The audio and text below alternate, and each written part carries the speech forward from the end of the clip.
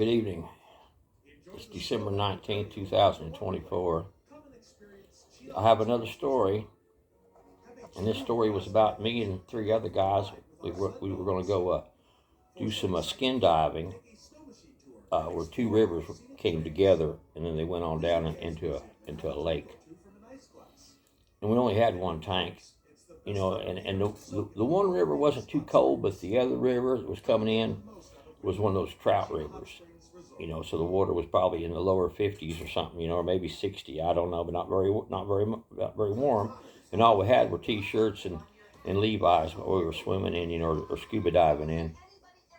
And like I think I said, that we only had one tank, and we just keep going around because you couldn't stay in that water more than about 10 or 15 minutes, at the most, and you'd already be in a state of hypothermia, and you could get out and lay on those cold, hot rocks, in the summertime, down south, and this was in the Ozarks, and soak up that sun, and try to quit shivering, But anyway, the way I remember, I think everybody had scuba dived, and I was the third one to scuba dive. Well, this other fella, he was going to go scuba dive. He was going to scuba dive. It was his turn, and he hadn't been before. It hadn't been that day.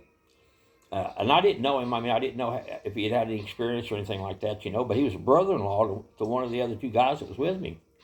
But the fella had been in a bad motorcycle wreck when he was younger, and he didn't walk real good, So he was a little bit handicapped, And we strapped the weight belt on him and that air tank, Well, anyway, he takes off and he goes under the water, And the other two buddies they're laying over there pretty close to each other, laying out in the sun on this gravel, trying to get warm back up because they'd already been out there too, and I was still shivering because I hadn't been back up on the bank more than 10 minutes probably.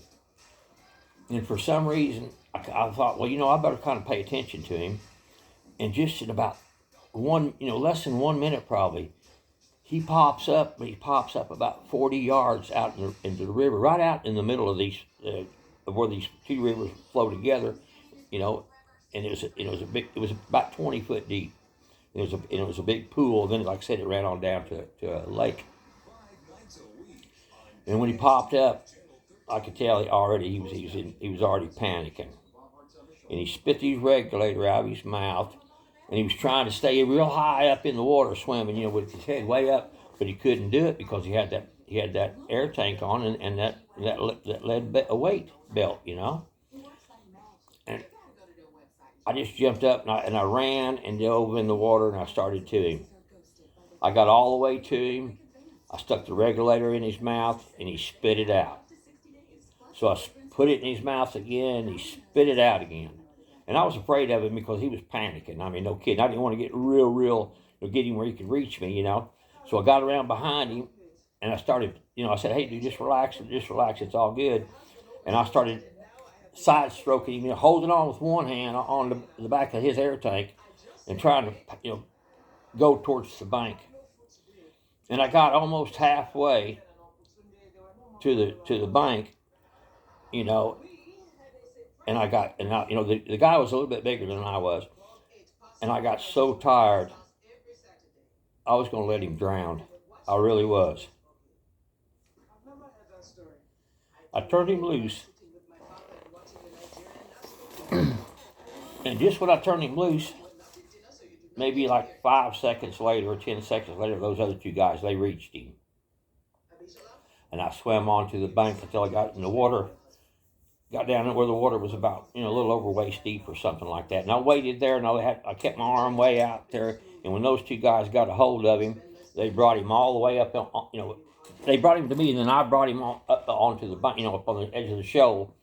And they both just fell over gasping for breath also, So we saved him, but I was going to let him drown because I had done all I could do. True story.